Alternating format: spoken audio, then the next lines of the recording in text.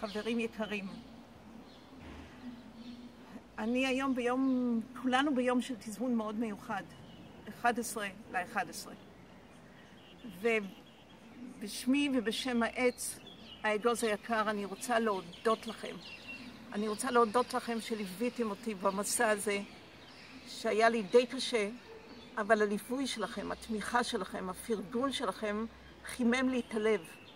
תודה שהייתם איתי, ואני היום באדמה הזו שותלת את ההתכוונות שלי להיות אדם שמח, להיות ילד קטן שמוכן ללכת לאי הוודאות, בלי פחד, עם רגליים בטוחות באדמה. תבורכו, אני מאוד שמחה שתלכו יחד איתי.